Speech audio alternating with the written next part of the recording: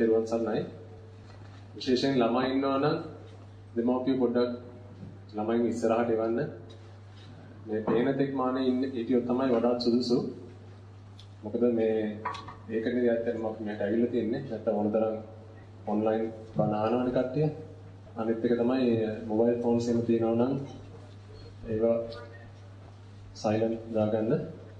මම දරුවන්ටත් මතක් කරන්නම් මේ ඉංග්‍රීසි භාෂාවෙන් නමුත් ඊට කලින් අපේ දෙමව්පියන්ව පොඩ්ඩක් මතක් කරන්නට ඔයගොල්ලෝගේ දරුවන්ට ඉන්නවා නම් මේ අපේ මොබයිල් ෆෝන් එකක් එහෙම තියෙන පොඩ්ඩක් මොබයිල් ෆෝන්ස් මියුට් කරගන්න කියන මොකද නැත්නම් තවත් කෙනෙක්ගේ දහම් සමාධියට ඒක බාධාවක් වුණොත් ඒක සුදුසු නැහැ. අනිත් එක තමයි මේ රෙකෝඩ් කරගන්න ප්‍රශ්නයක් නැහැ ඔඩියෝ රෙකෝඩින්. වීඩියෝ කරන්න අවශ්‍ය නම් අර මෙතන හරවල කරගත්තා නම් ඇති. ශාස්ත්‍රඥ වහන්සේගේ ධර්මය මෙතන කතා වෙන්නේ. ඒ නිසා මේ කියන කෙනා වැදගත් නැහැ. කියන්නේ මොකක්ද කියන එකට විතරක් තමන්ගේ අවධානය යොමු කරා නම් ප්‍රමාණවත්. So for the children here, I think it's quite usual these days to have a mobile phone in your hand or in your pockets. Please may I ask you to either switch it to silent or switch it off while you're here. If you want to record what we're saying, then that's perfectly fine. Just do an audio recording. Please don't take pictures of the Deshakaduma or do any video recordings because there's no need for that. All you need to take today is what is being said, and all you need is your ears for that. You could be blind, and that's perfectly fine. All you need is to listen, understand what we're saying, and then put it into practice. And that should be your objective for today. If there are anyone outside, particularly children, can I please ask the parents in particular to send them in? Because it's really important that you can see me, or at least be in the vicinity, so you can hear this quite clearly. And please come forward, because today is for you. If there's anything you've done in the last however many years you've been alive, perhaps today might be the most important day of your time so far. And make sure you take the time to get the most out of today. We don't have a great deal of time. When we normally do this in the UK, parents bring their children and we start for about, they say, okay, I'll come and collect them in about 1 hour, 1.5 hours. They'll turn up in about 1.5 hours and we're still talking. And then normally they leave about 2-3 hours later. Because once you start talking this Dhamma, it's very difficult to actually bring it to a conclusion. And that's the beauty of the Dhamma. It's nothing special about the person that's preaching it. It's the beauty of the Dhamma. It's the grace that is of your Lord Buddha. Okay? So please pay attention. Do not let anything else distract you. Even if a bomb goes off outside, that shouldn't be your concern for today. Even if you hear someone start to cry or whatever, doesn't matter. Don't pay attention to that. Make sure you get the most out of today. And I promise you that when you leave will leave a different person. You will look the same. I can't do anything about how you look. Okay? But hopefully you will leave having gained something into your lives. So I need you to ask yourself a really important question. What is your purpose for today? Ask yourself that question. What is your purpose for today? I have a purpose, but what is your purpose? Now, I can see obviously there are children of varying ages here. What's the youngest we have in the audience? Anyone 6 or younger? Put your hand up for me. Okay, 5? Are you 5 years of age? 5? 4? Okay. And what's the oldest we have? I'm not talking about parents. 16 and above? Anyone 16 and above? Okay, 17 and above? 18? 20? Okay, 25? 24? Okay, so 20s. Okay, so my task today then is to try and give you something when we have an audience of children in the ages between 4 and 5 and 20. That's not going to be easy, but that's okay.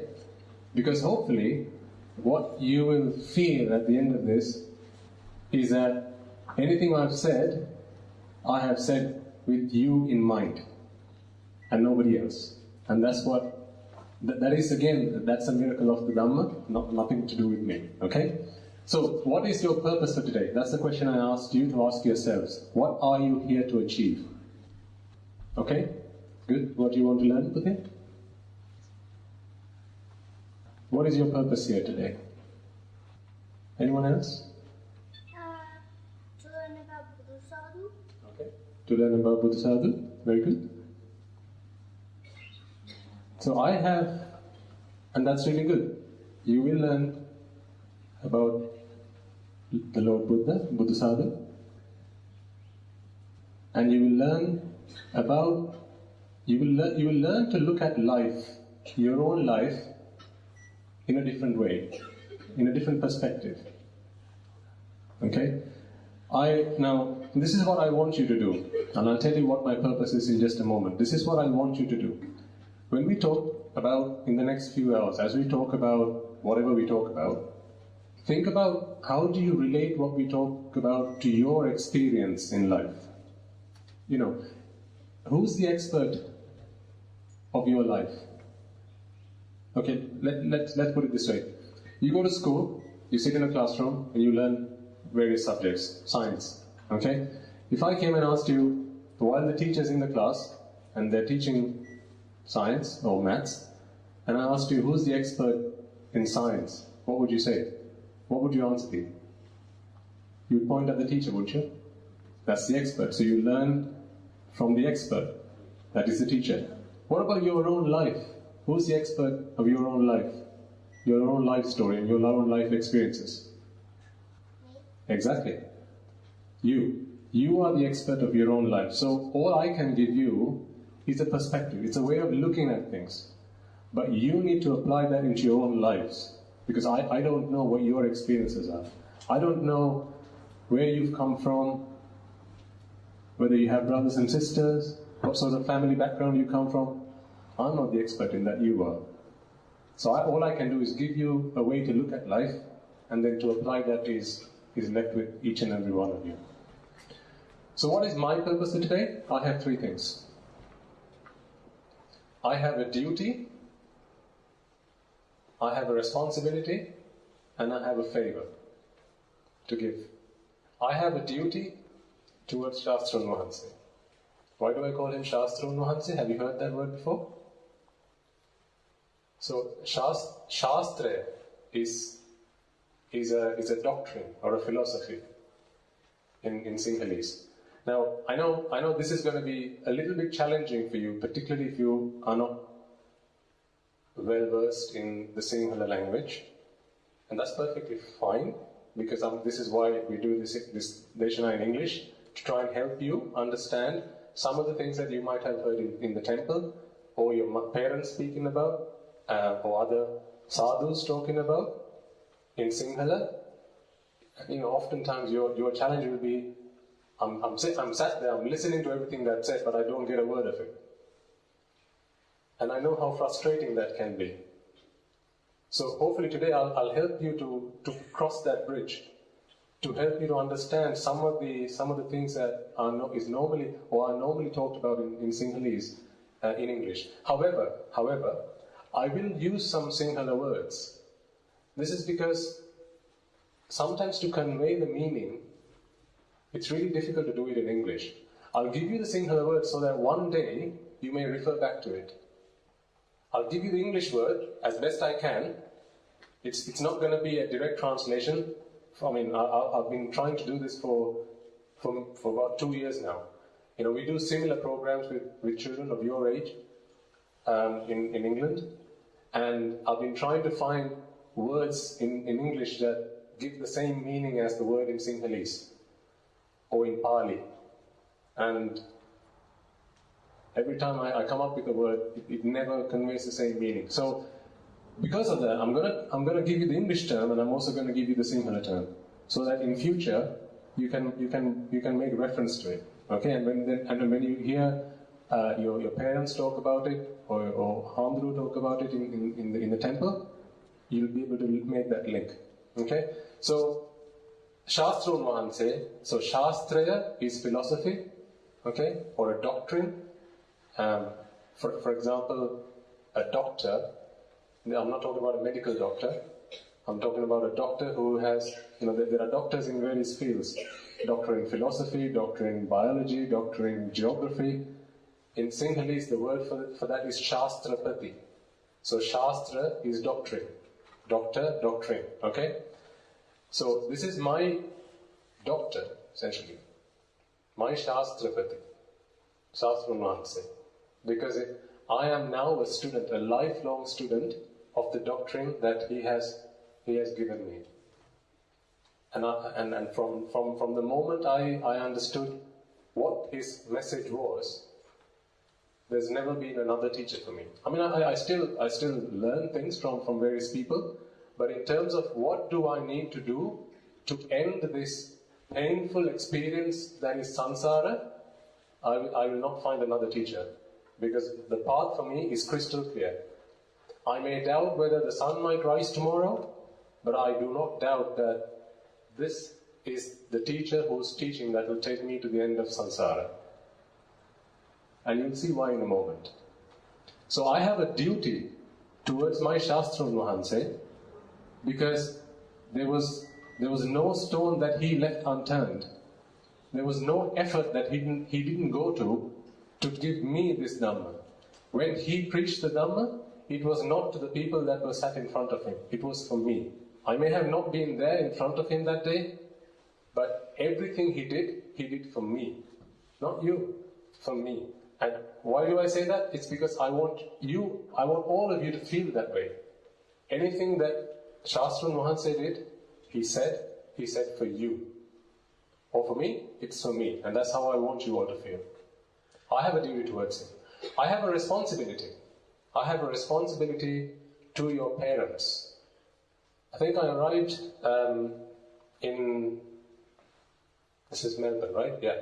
I arrived in Melbourne, yesterday or the day before? Day before.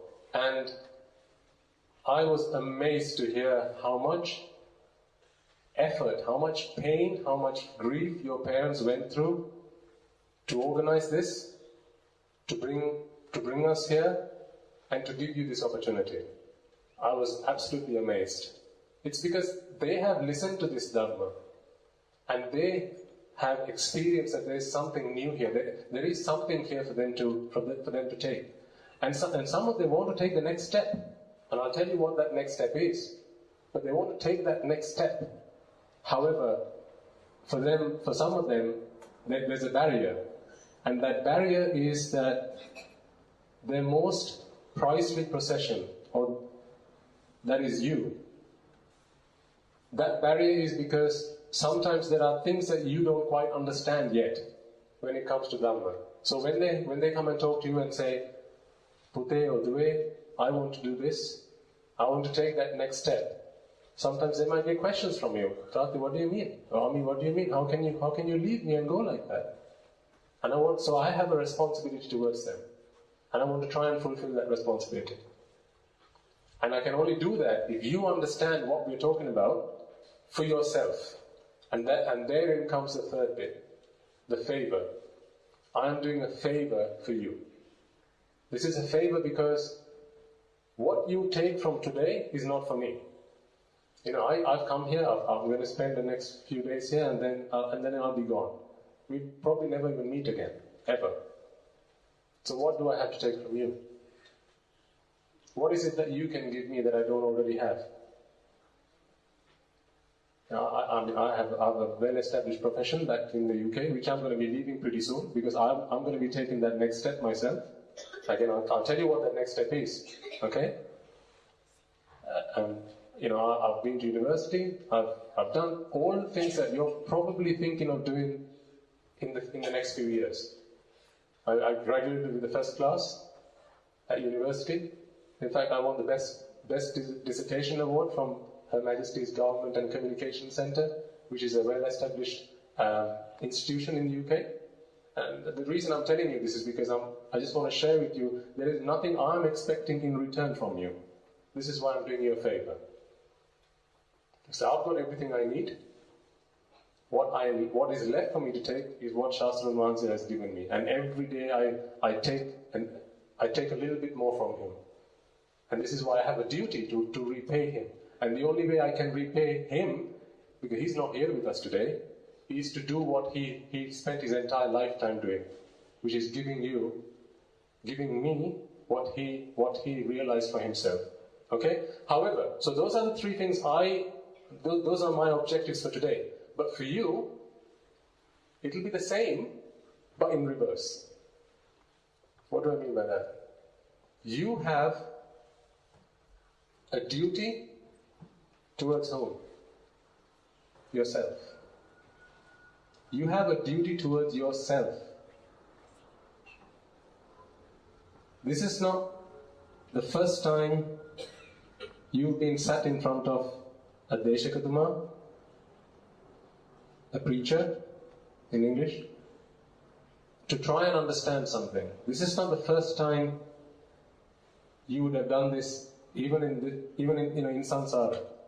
You will have had previous births where you've tried to understand something. What is this process of rebirth that the Lord Buddha talks about? Why does he call that? Why does he say it's full of suffering?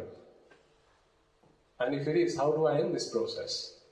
This is not the first time you would have listened to this kind of talk.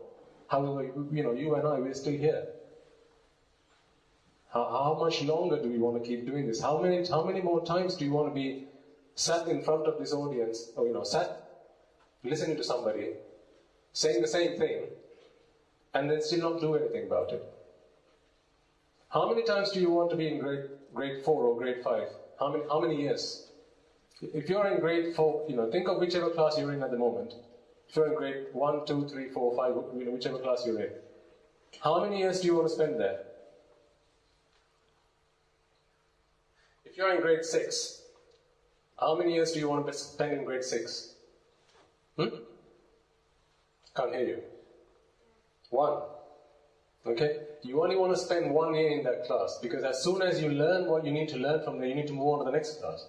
Because if you spend a second year in there, people are going to be wondering, something's not right with that child. If you spend 2 years there, they're probably thinking, that's probably a special needs child. Or something really is not right. What's wrong with them? Is it family background? Is it the fact that they're not going to good school? Or is it, what's wrong with them? And if you spend a few years there, people just stop talking about you because it becomes embarrassing. Okay? You and I, we've all been in that boat. Shastran Mahanse attained Parinibbana 2,500 years ago. And I'm still here. I am still here. So clearly, I haven't done everything I could possibly do to follow in his footsteps and complete this realization as he has done. So clearly, I haven't done everything I can, and I'm not prepared to make that same mistake again. I'm not prepared to do that, and neither should you.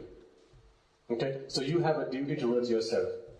That is to make the most of today. Listen to what we're talking about. Pay no attention to anything else that's happening. Even if a phone goes off, don't worry about it. Let somebody else worry about it. Today, your concern is just what we're talking about. You have a responsibility. Who do you have a responsibility towards?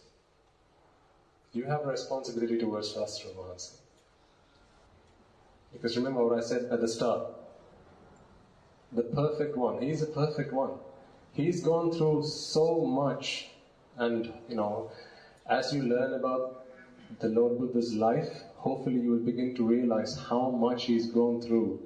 When he attained Buddhahood under that Bodhi tree, he had achieved everything he wanted to. There was nothing else for him to gain after that. But then he spent 45 years of his life giving to you and me what he learned. what he realized. Why? Out of pure compassion. You know, in the face of all kinds of adversity, he fought all of that for whom? For him? What did he have to gain from that? Or he did all of that for you. So, and even from, since his time, how do you think we still have this Dhamma? You know, the Buddha doesn't come every morning and preach Dhamma to us now.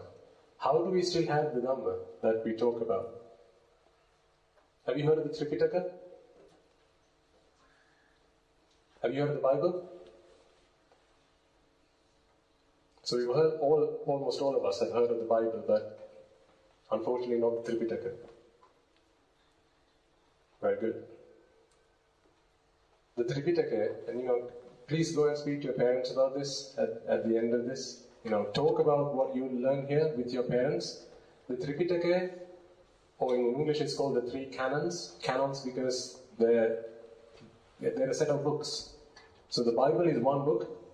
The Tripitaka, how many books do you think the Tripitaka is? 3 volumes. But each volume has a number of books. Any guesses? 54.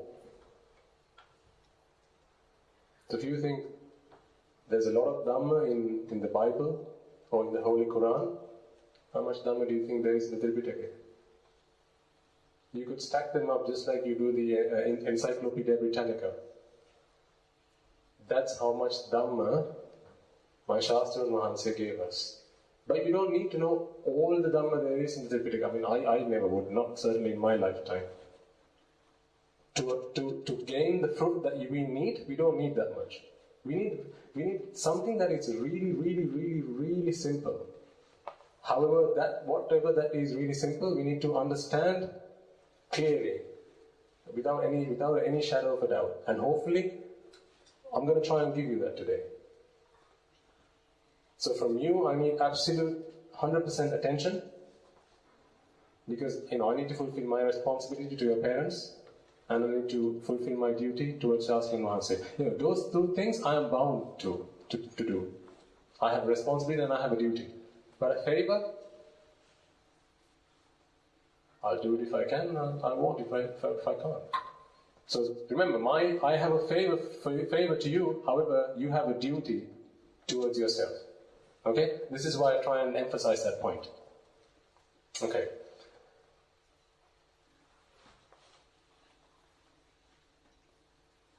And I'm sure as we continue to talk about it, you'll have some questions. And I'm going to try and leave some time at the end to take your questions, to try and help you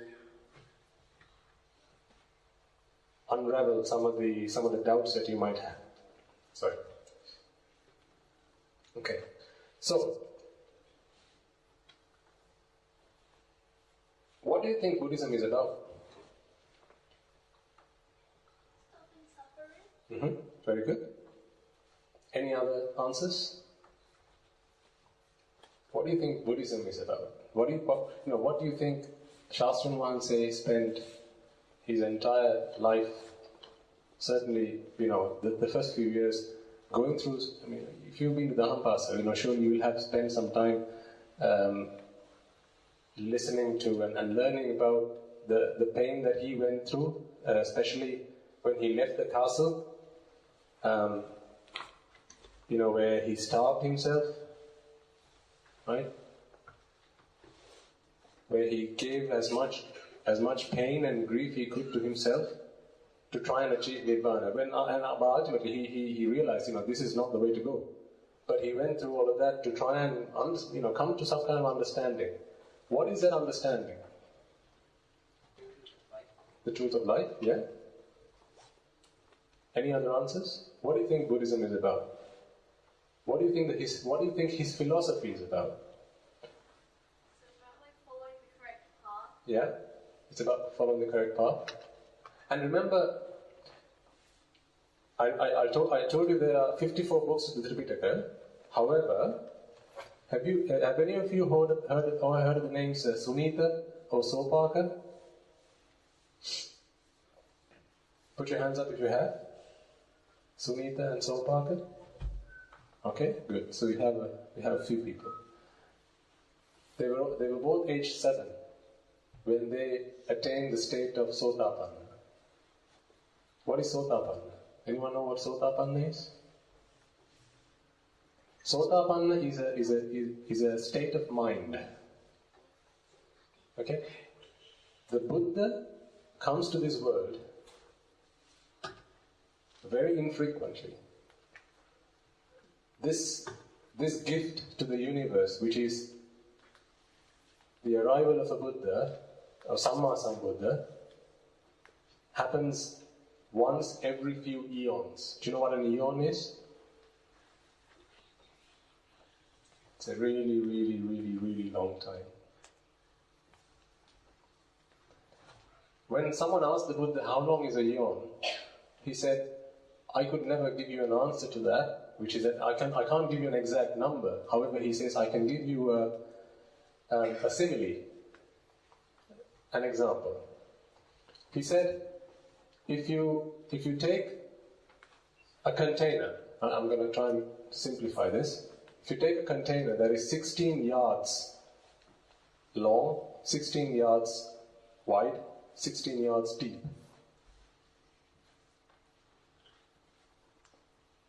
Just imagine it was a kilometer. Keep it simple, right? A kilometer wide, deep, and in length, width, and height. And you filled it with mustard seeds. Have you seen mustard seeds? How big is a mustard seed? That big? That big? That big? How big is a mustard seed? It's tiny, isn't it? A mustard seed is tiny. Okay? If you fill that container with mustard seeds, and you then removed one seed of mustard every 100 years. Every 100 years you remove one seed. Okay? So, that might probably be longer than your lifetime. Anyone here wishing to live up until they're 100? Anyone here? Oh, good. Great. That's good. A life is measured not in... the value of life is not measured in the number of years you live. However, the service that you can deliver to the world. But to do that, you need to have done service to yourself. Okay? So if you remove a mustard seed, one mustard seed every 100 years, an eon will pass away. Sorry, you'll have removed all of the mustard seeds, but the eon will still be left. There'll still be time left in the eon to complete. Now a Buddha comes into this universe, into this world, after about 4,000, 5,000 of these eons. One Samma Sambuddha.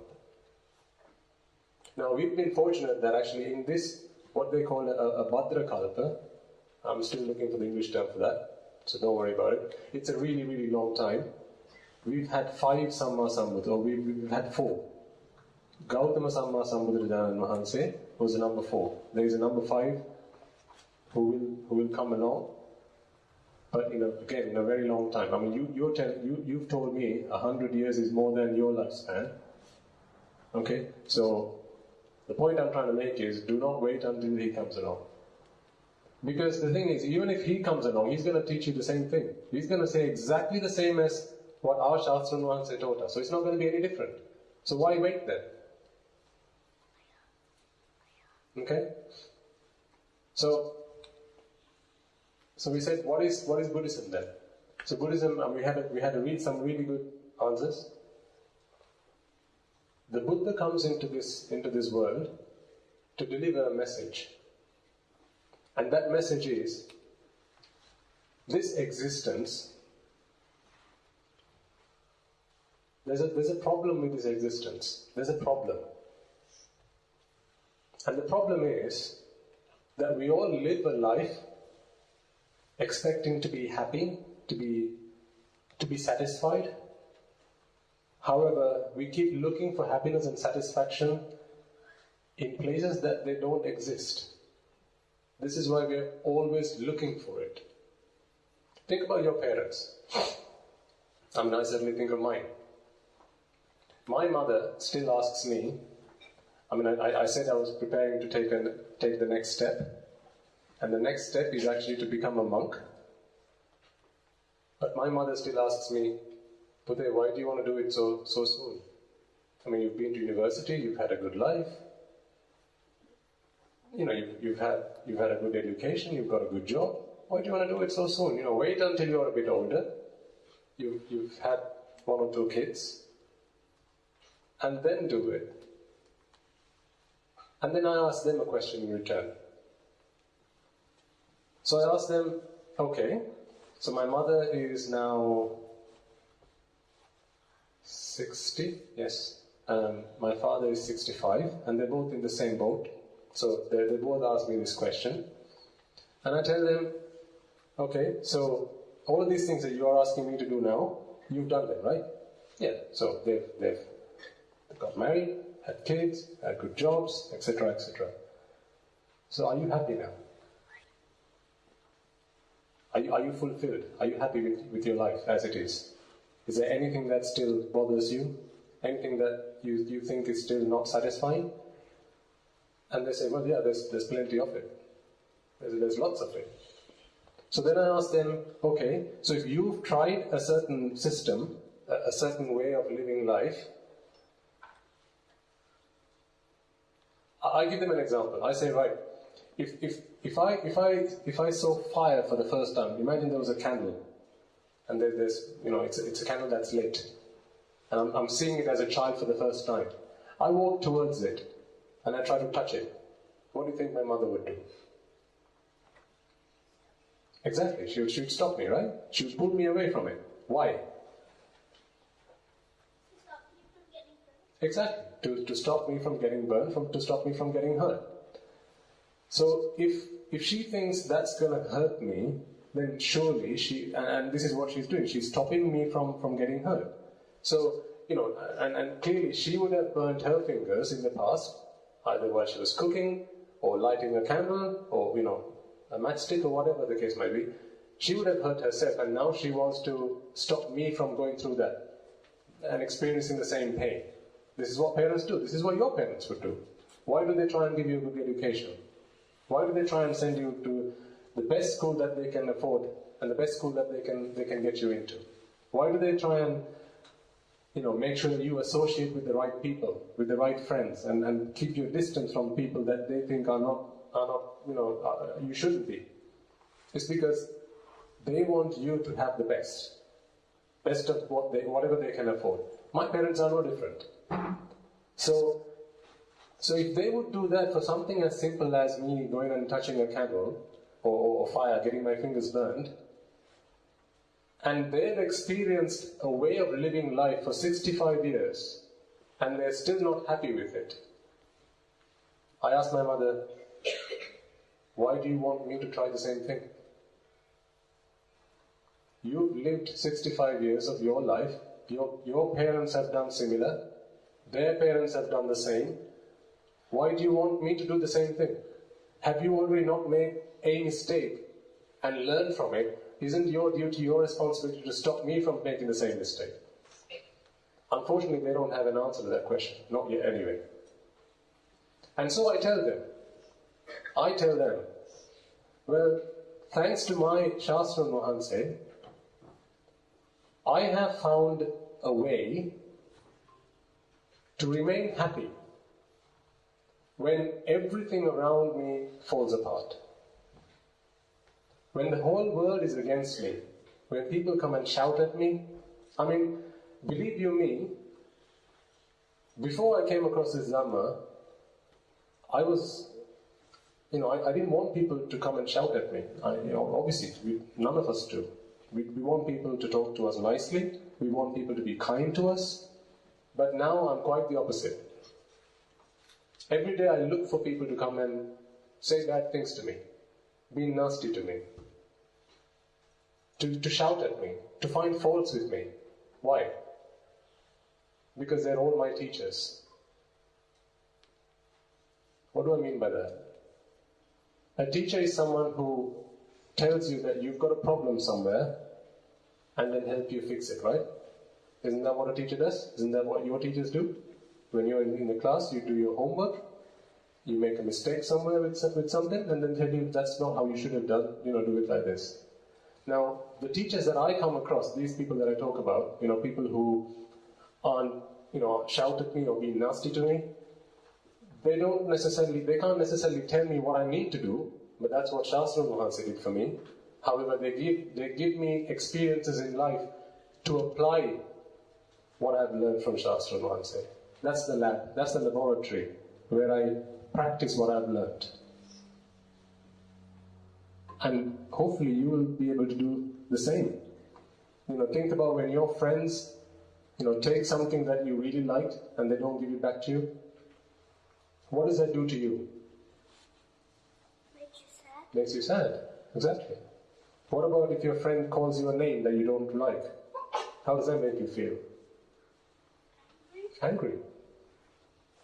So, but what if someone gives you something that you like? Say, for your birthday, they give you a present. How does that make you feel?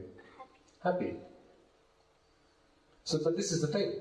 Our happiness and sorrow, or happiness and sadness, depends on what other people do to us. So my happiness and how I feel internally is a function or is dependent on how people treat me. Right? And how the world around me behaves. How people talk to me, how people do things to me, whether they're nice to me, whether they're bad to me. Something's wrong with that. Why is my happiness dependent on other people? Why can't I be happy when everyone and everything around me works against me? Why is that dependency there? So there's a problem there. This is the problem that I talk to my parents about.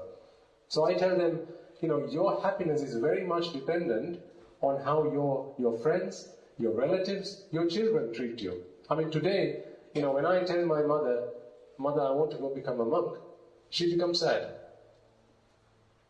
But she's lived 65 years or 60 years of her life trying to look for nothing but happiness. And yet today she fails. So if 65 years of practice and study isn't working for her, surely she shouldn't ask me to do the same thing. And this is why I tell her, I found a different way. I found a way to remain happy even when everyone around me is nasty to me, is bad to me, doesn't talk nicely to me. How would you feel if you were able to do that? How would you feel if, when you went to school or you're with friends, someone takes something that doesn't belong to you and you don't feel hurt about it? How would you feel about that? Happy. Exactly. So you would always be happy. This is what we all try to do, right? Why do you go to school? Why do you go to school? To learn. Why do you learn?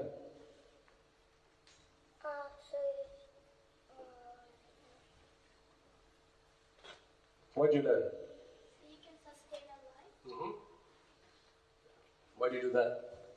How do you sustain a life? By getting money, yeah. This is what your parents are doing. So you don't need to think far. There's not much you need to think before you can find some answer to some of these questions. To earn money. Why do you need to earn money? Mm-hmm. Buy food. Mm-hmm. Yes. So to buy food, to buy the things you need, clothes, things like that, right? Why do you need that? To survive, yeah? And to be happy, generally. Right? So you do all of these things so you can live a happy life. So if you need to do all of these things to be happy, wake up at whatever time you wake up in the morning. What time do you wake up in the morning to get to school? 6?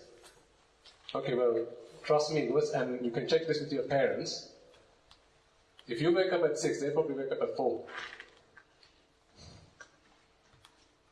They probably wake up at 4 to make sure you are up at 6.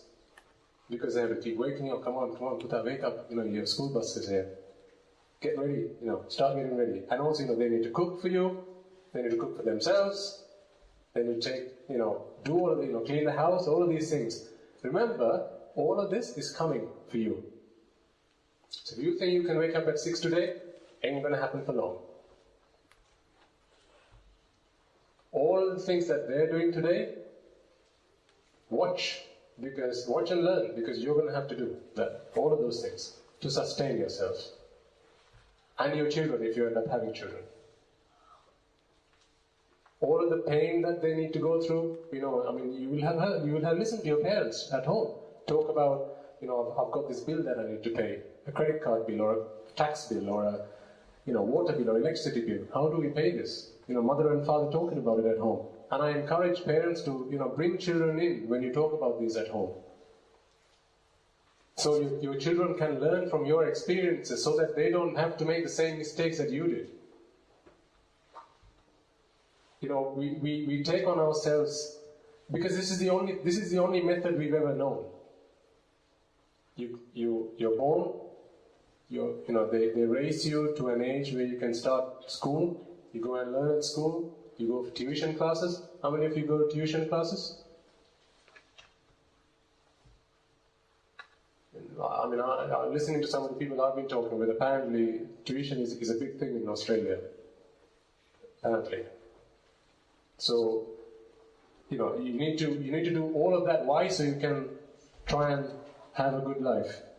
Do you enjoy waking up at 6 in the morning? Who prepares your food at the moment? You say your parents. For how long do you think they're going to keep preparing your food?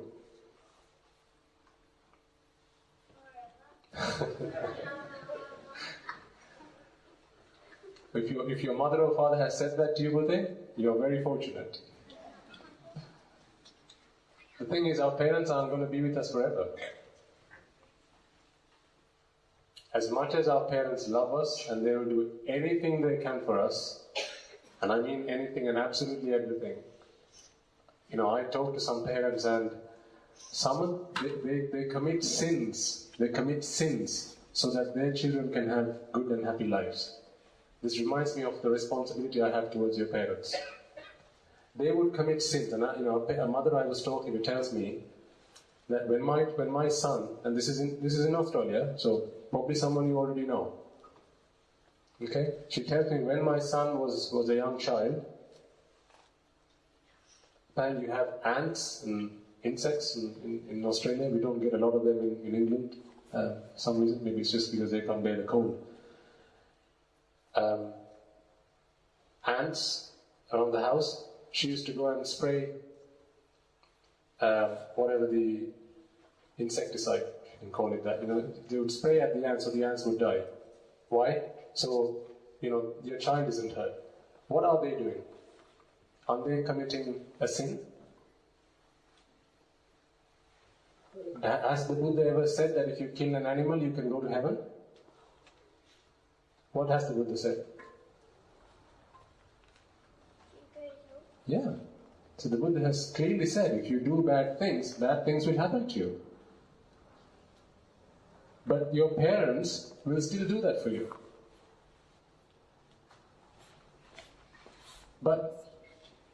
And one day, if you end up being a parent, you're going to do the same. Unless you understand what I'm talking about today. And you take it in. And you process it.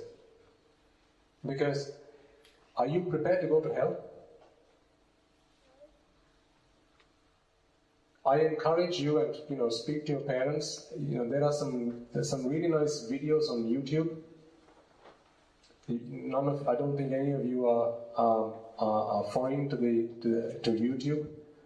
I'm told, someone I came with said apparently iPads are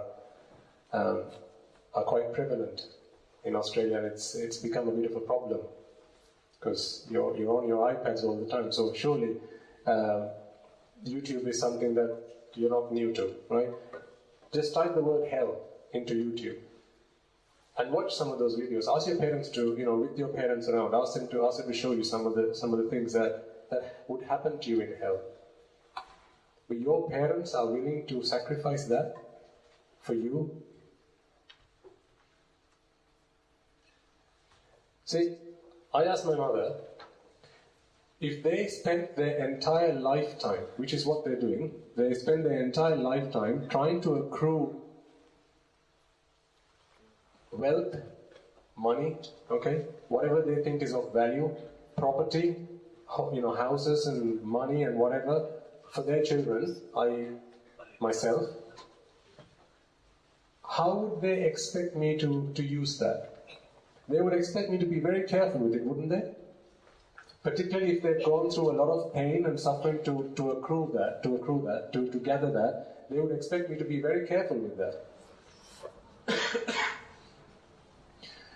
But without being careful, if I just go and spend it, on going out, clubbing, or drinking with friends, or just wasting money, how would that make them feel?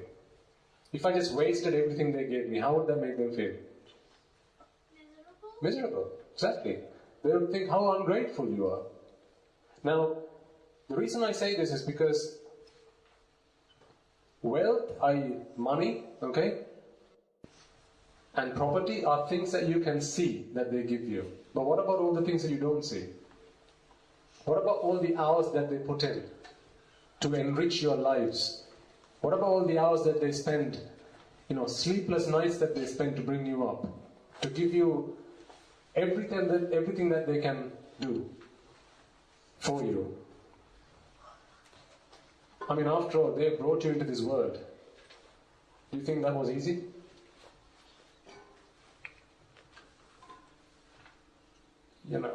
As you learn more about the world, you will understand how much pain a mother goes through to bring a child into this world, how much pain a father goes through to bring a child into this world. But I'm not here to talk to you about treating your parents, because you will have heard plenty of that before. But the reason I'm bringing this point up is because you have a debt of gratitude to them. And I told you about the money, the properties. If you think you'd be very careful with that, how careful do you think you need to be with your life? Because that's the greatest gift that they've given you. A life where you're fully formed. You can understand what we talk about. You understand. Your eyes and ears. All your organs are working fine, because they would have taken the pain to take medicines to make sure that they were ready to bring you into this world. Okay, so they've done all of this for you to give you a life, a fully functioning, healthy life, and to keep you that way. That's the biggest gift that they could afford to give you. How do you spend that life? If that's the biggest gift that they could give you, how do you spend that life? Do you spend that life in a way which, at the end of however long you live, whether that's until you're 30, who knows? Can anyone here guarantee that they're going to be alive tomorrow? Can you put your hand up and say, I'm absolutely sure I'm going to be alive tomorrow? No. So we don't know how long we're going to be alive for. So whether that's 30, whether that's 50, whether that's 80, if at the end of that time, you've gained nothing out of this existence, I think that's the most atrocious thing you could do with the gift that your parents have gifted you. So remember, this life, particularly you, I can't imagine how fortunate and how gifted you guys are. When I was your age, I didn't get to hear any of this. So I spent my life trying to, be the best I could at school, try and get the best grades I could, right? Try and get into a good university, try and get a good job, try and become a millionaire. These were some of the goals I had in my life. To date, I've still got a book in which I've listed all the goals that I want to do. Every year I used to write them down. I had financial goals, I had family and relationship goals, I had holiday goals. Goal setting is a really important skill if you want to survive in this life, in a lay life, right? So I had all of these goals, but then I now ask myself, The day when I'm on my deathbed, when I'm ready and in the next few minutes I'm going to be gone, what will I have gained? What's left for me to take with me? Absolutely nothing. So I spend my fortune, which is what my parents have given me, i.e. this life, and I do nothing with it. There's no bigger scandal than that. Okay? So, what I'm trying to help you understand is, this system that your parents have gone through and are going through, there's something wrong with it.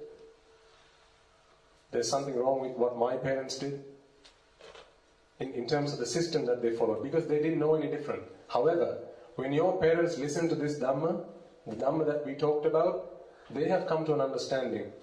Okay, there's a different way in life. There's a different path to life. There's a different way that can bring us happiness no matter what happens. And they're now trying to take that journey. However, they have this barrier, which is, well, what's going to happen to you then? The apple of their eyes. So this is why you need to have some kind of understanding of what we talk about, so that you can then go to them and say, Ami or Tati, I understand why you're now looking to take this journey, and I'm going to be supportive of that, and I'm going to help you, and in fact, if possible, I'm going to come with you. But that only comes through understanding. So what is this understanding then that we talk about? This is the important bit. So pay attention.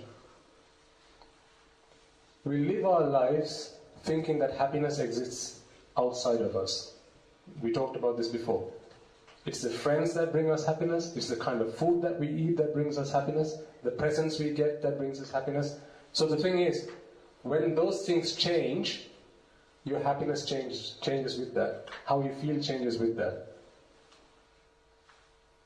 The reason I'm going to talk to you about this for the next few minutes is because all of the things I said before about your parents, okay? I have one more thing actually I want to say at this point, because I think it's really, really important.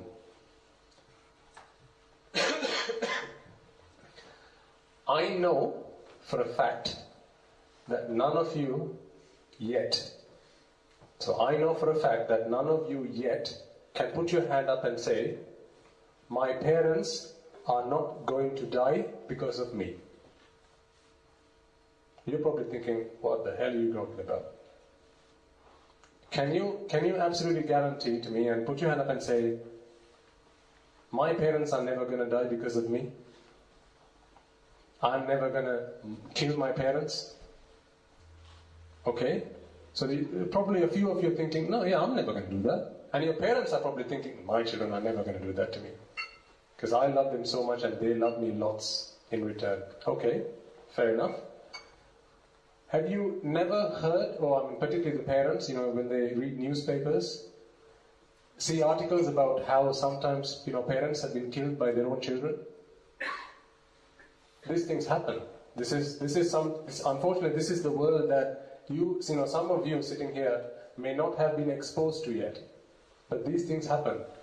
Children kill their parents. Doesn't happen a lot, but it does happen. But at least it doesn't get reported a lot, even if it does happen a lot. Okay? Could you even think of doing something like that to your parents? I don't need to tell you how your parents look after you. But the thing is this. So when your parents read that newspaper, okay, imagine you are your mother or you are your father. If you are a boy, imagine you are your father. If you're a girl, imagine I'm my mother. Okay? They read a newspaper or see on TV, a child has killed their mother, or a child has killed their father. How do you think they feel about you? Because that mother or father that died, do you think they ever thought their child would kill them? When they brought them into this world, when they gave them birth, when they sent them to the best schools that they could afford to, when they gave them the best food that they could afford to, when they, helped shape an entire life around them, the best, whatever they could, when they committed those sins for their children, do you think they ever thought my child is going to kill me someday? No, they would never ever have thought about that. But then when they see it on TV, do you think they, that doubt never comes into their mind? What if this happens to be by my child? The problem is this. Shastran Vahanse has taught us that if you commit something, a sin such as killing your mother or father, with no question of a doubt, you go to hell. And it's not any kind of hell we're talking about. It's the worst kind of hell you can imagine. There are four sins that Shastra Mahanse talks about. If you commit any one of these four, you go to the worst kind of hell you can imagine. Killing your mother, killing your father, killing the Rahatan Mahanse, or hurting the Buddha. Now, fortunately, you can't hurt the Buddha. I mean, that's the downside. I mean, that's the good side of not having the Buddha around today. You can't hurt him. Killing a Rahatan Mahanse, it's rare to find a Rahatan Mahanse these days, but they do exist. Believe you me, they do exist, even to this day. But what about your parents? You live with them every day. So you're living, this life you live with your parents every day. How do you know what might trigger? In the UK, in newspapers in the UK, at least 2 or 3 times a year, you see, a boy has killed. Even in Sri Lanka, a boy kills their mother just because they've had the mother has not allowed him to go and see his girlfriend. A boy pushes their mother into a train or something just because they've not, they've not been given some money to go and get a gift for their girlfriend. What is the fate that they bring on themselves for something as silly as getting a gift for a girlfriend? Going to that apayas? Now think about your parents. Your parents, reading that newspaper article or watching on TV, how can they guarantee themselves this is not going to happen from my child? And if you're agreeing with me that they do everything they can for you, and they even commit sins for your benefit, can you at least not give them the guarantee, Ammi Tati, Mage atin ammai tattai marenne kiyala?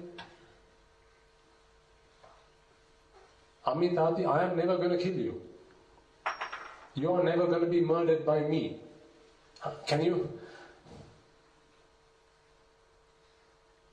They're not asking for much. All they're saying is, Due Pute, can you come to me and tell me, I am never going to die because of you. You are never going to kill me. For everything that I do for you. That's all I ask you. You don't have to look after me when I'm older.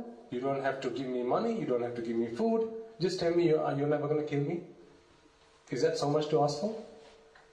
But the problem is, Shastra Mahanse says, there's only one kind of person that Shastra Mahanse gives that guarantee to. And that is a Sotapanna. So then the question is, what is a Sotapanna? Shastra Mahanse says, a Sotapanna will never, ever, ever, ever commit that crime, commit that sin, which is to kill their mother or kill their father. So, from your parents' perspective, unless you are a Sotapanna, well, you can fill in the rest. They have no guarantee that they are not going to die from something that you do. So what do you need to do then to repay the gratitude that you have for them, or the debt that they do for you, to try and become a Sotapanna?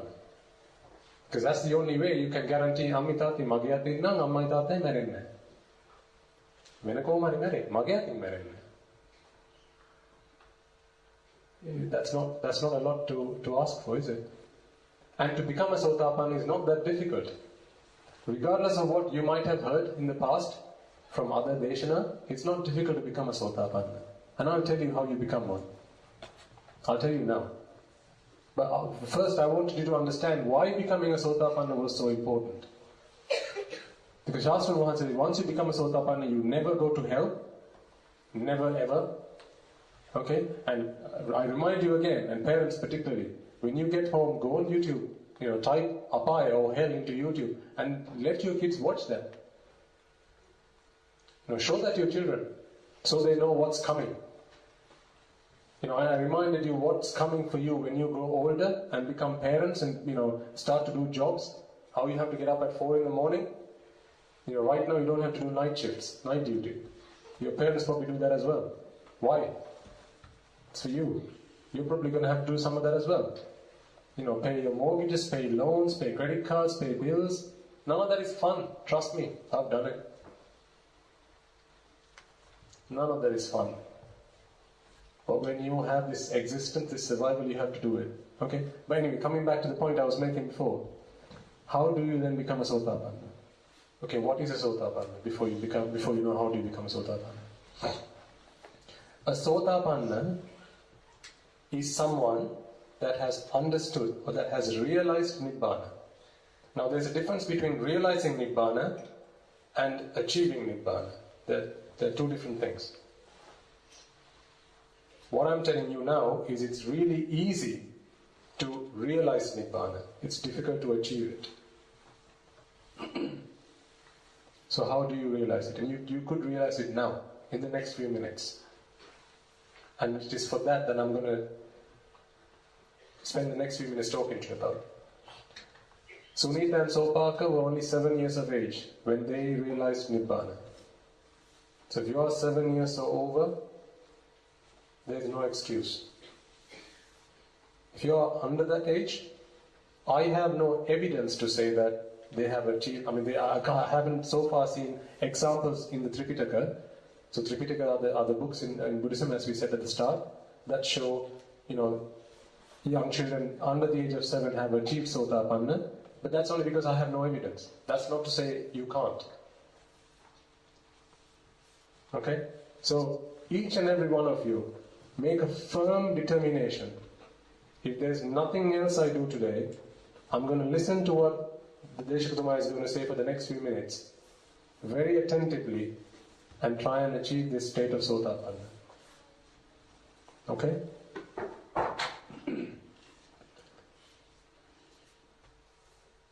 Shastra Mohanse has taught us that there's a problem with this rebirth cycle.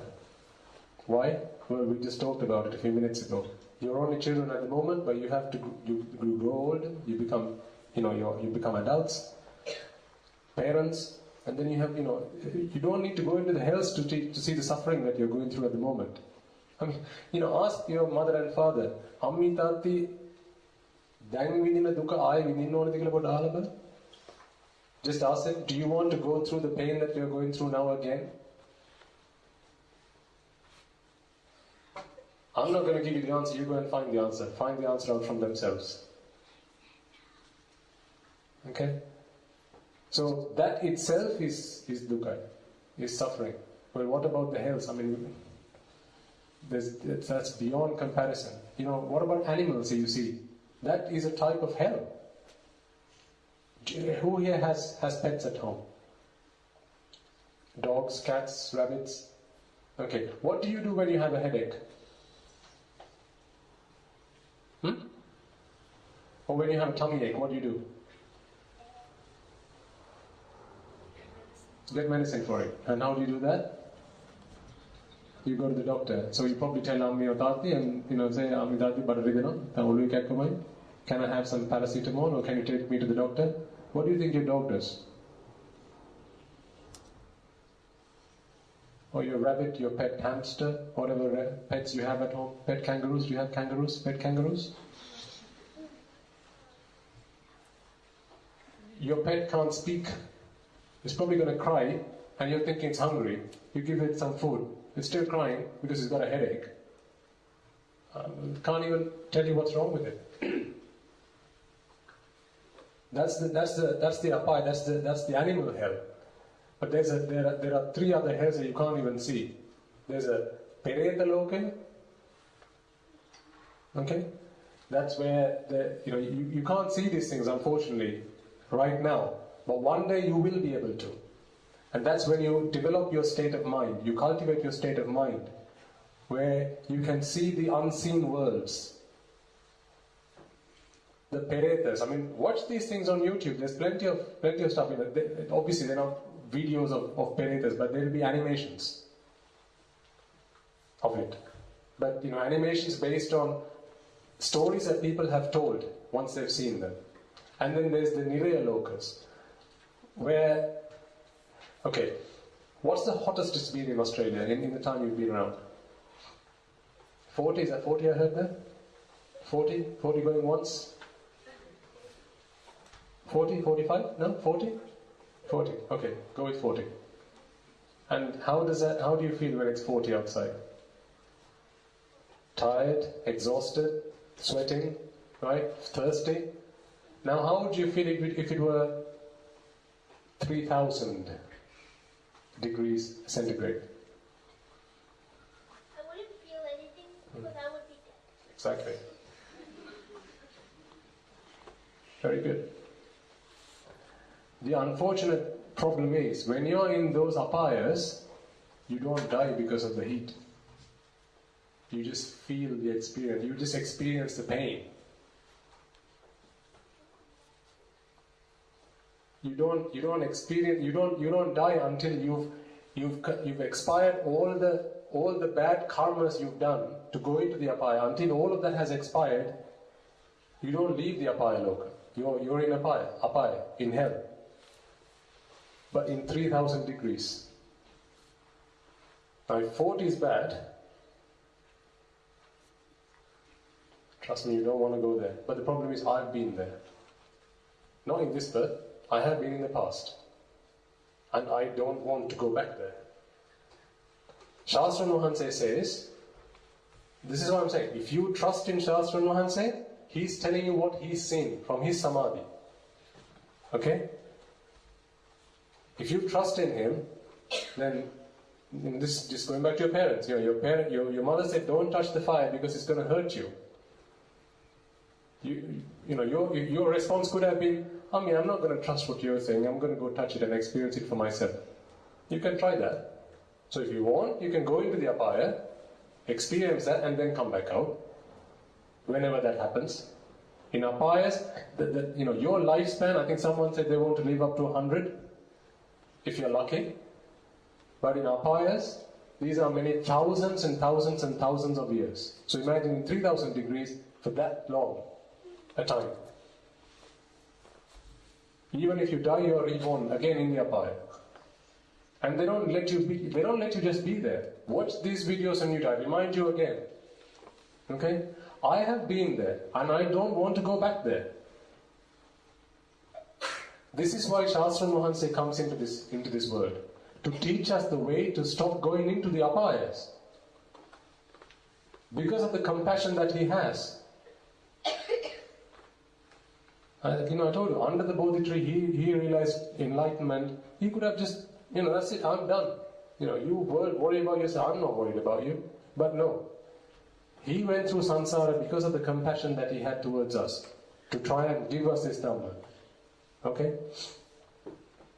So a Sotapanna, Shastra Nuhanse says, is someone who never goes into apaya. So it should be your duty to yourself to try and become a Sotapanna.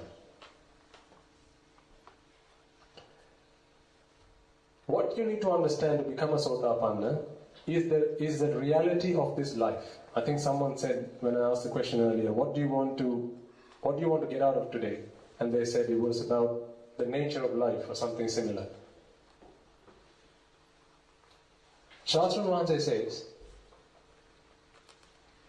whatever you see around you, including yourself, is anicchai, dukkkai, anattai. What does this mean? So these are Pali terms. I'll try and explain them in English.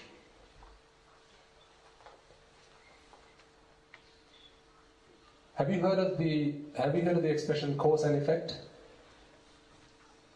Cause and effect, causal origination, paticcasamuppada.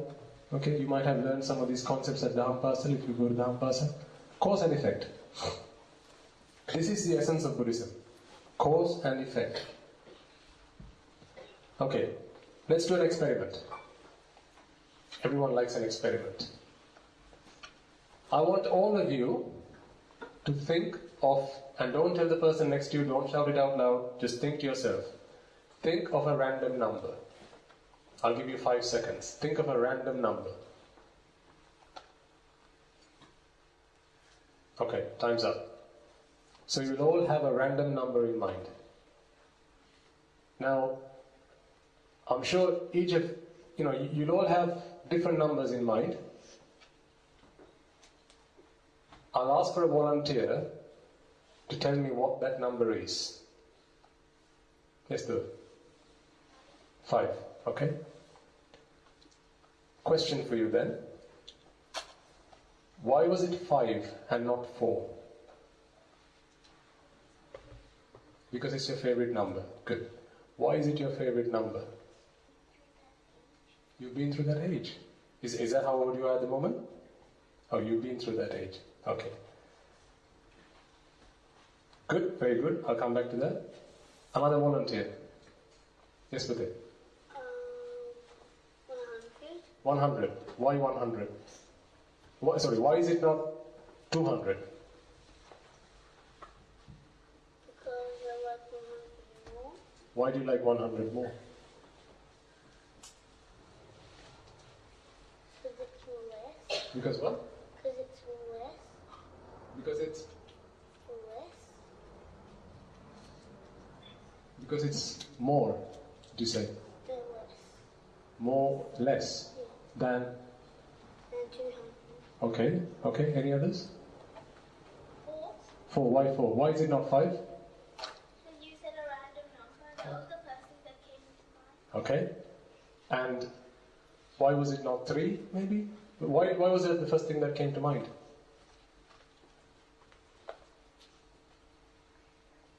Okay. Good. Okay. So what I want you guys to think about now is when I asked that girl over there, why was it 5 and not 4? Okay, she said it was her favorite number, and then we asked why was that, and then she said it's because she's been through that age.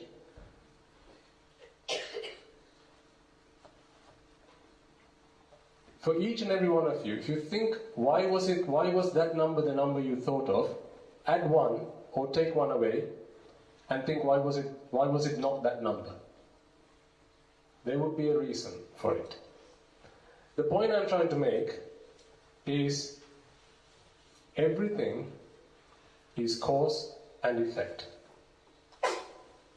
No matter what we see as random in this universe is still conditioned by a number of things.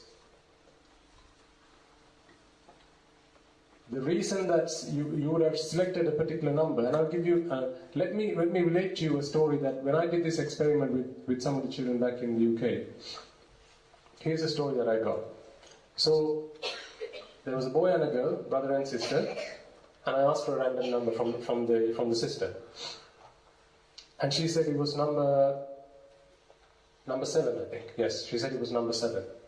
So I said, why was it number 7? Why was it not number 8? Actually, it was because when I was coming here on the way, my brother was talking about something that was 8. Some 8 of something. I don't like him very much. So I went for number 7. Okay? So I said, okay, so why did you not like him very much? And then she said, well, he always comes into my bedroom. I tell him not to, but he always comes into my bedroom, and that really annoys me. Okay? Why does he come into your bedroom? And he said, because when he wants to come and, take my pencil away, or take my color pens away, or whatever. Okay, so why does he do that? Well, because he doesn't have his own. Why does he not have his own? So we went all the way back. I kept asking the question, why? I became a little bit annoying, I could understand. But I kept asking the question, why was that the case? Why wasn't it the other? And we kept going back until she said, well, it's because I'm right-handed. So we went all the way back. I know, you're probably, how did it go from there to that? Right? But I just kept annoying her. Okay, and we went back to the person, she said, because I'm right-handed. I said, why were you right-handed? Oh, because, I was laid down in my cot in a certain way at home, right? And my mother always approached me from the right-hand side. Okay? And she would always come and approach me from that side. And, sometimes when people would come and give me things, it would always be towards my right hand. I was like, okay, so why was that? It's because the cot was laid that way. What if the cot had been laid the other way? And then the question was, well, why was it not like that? It's because their house was in such a way that the cock that they got did not fit that way. It would only fit in the other way. So why was the house designed that way? Okay? The point I'm trying to make, and hopefully you can see, is nothing in this world is the way it is because we want it to be that way. Nothing in this world is the way it is because we want it to be that way. Question for you. I'm sure you work really hard for your exams. I don't know what your parents might say, but let's go with that. Okay? You probably work really hard at school to try and do the best you can in your school tests. Okay? When you pass your school exams, whether that's the midterm or end of term or your government exams, why do you think that happens? What are the factors that contribute to that happening? Extra study. Exactly. It's because you put in the work to do that, right? Now imagine, how many of you here would like to be a doctor? I'm very surprised. We've only got 2 arms, 3 going up. Oh, 4, okay, okay, actually a few more here as well, right. Now, if I asked your parents a question, how many of you would like your children to be doctors? I think all of them will probably put their hands up. Maybe, okay? But the point being this. If you put in the effort, if you put in the study, if you read all the right books, if you go to all the right classes, if you pass all the right exams, you become a doctor whether you like it or not. I have come across some people who tell me, why did you become a doctor? Oh, because my parents wanted me to. So you don't like to do it? No, I don't like it. But I became a doctor, yeah. I never wanted to. I want to go and become a lawyer. Or I want to be a musician, or a dancer, or an athlete. But no, my parents wanted me to become a doctor, and so I became one. What are they telling me there? What they're saying is, what happened in my life was all of the things that needed to come into place for me to become a doctor came into place. And therefore I am today a doctor. But it had nothing to do with whether I wanted it or not. Whether you want something to happen or not is the same as adding a 0 to that equation. Think about when your parents make a dish at home. I'm sure you all have had paripu, right? Dal curry. Okay. So what does your mother do when she cooks dal at home? She would take some dal into the container. She would wash it, right? Keep it on the cooker. Put turmeric powder. Put chili powder. Put this powder. Put that powder. Salt, water, polkiri, all of these things, and you would let it simmer in the fire for a few minutes. What is she doing? What she's doing is she's creating all the right conditions for the parippu, the dal curry, to come to be created. Whether she likes it to be a dal curry or not has got nothing to do with that. If she does the same things again, but I wish this didn't become a dal curry. I'm going to add the turmeric powder, I'm going to add the chili powder, I'm going to add umbalagada and this and that and this and that. But I don't want this to be a dal curry. Do you think it's still going to be a dal curry or is it going to be something else? It's still going to be a dal curry. What is she doing there? All she's doing is she's creating all the right conditions for a certain effect to take place. And this is exactly what Shastra Mahatse taught us. Whatever you see in this universe is just cause and effect. Question for you. Think of your best friend. Think of your best friend, and think of your friend at school that you really don't like. No, you don't need to tell me who they are. There's a chance they could be here. Is that a friend that you really don't like? Sorry. Somebody you don't like you. That's true, yeah. So it's not a friend, it's just someone you really don't like. Okay? So your best friend and someone you really don't like at school. Okay? Now, if something bad happened to your best friend, how would that make you feel? Yes? It would make you feel sad. But what if something really bad happened to this person that you really don't like?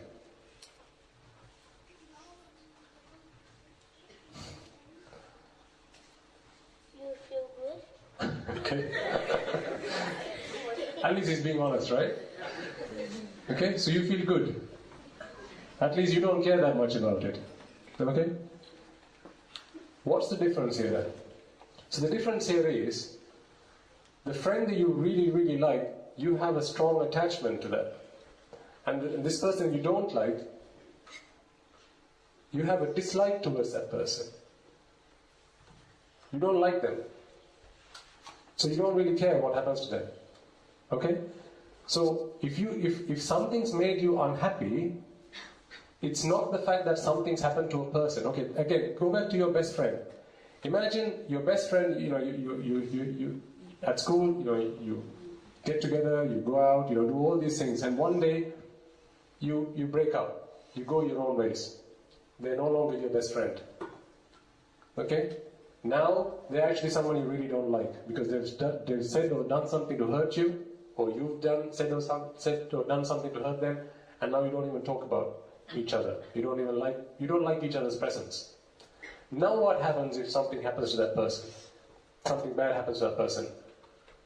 You either feel good or you don't care about it. But when they were your best friend, you cared a lot about that, and that hurt you as well when they were in pain. So what was the difference? It's the same person. What's changed? When they were your best friend, you had an attachment to them. Shastra Mahanse calls this tanha. This is why I said I'm going to use some terms which may sound new to you, but they're important. Shastra Mahanse calls this tanha. Now I don't know what you might have learnt in Dahampasal for the word tanha, but I'm going to give you a meaning for you to think about. I'm not necessarily challenging what you've learnt, I just want you to think about this. Words that, particularly in Buddhism, each word has a meaning.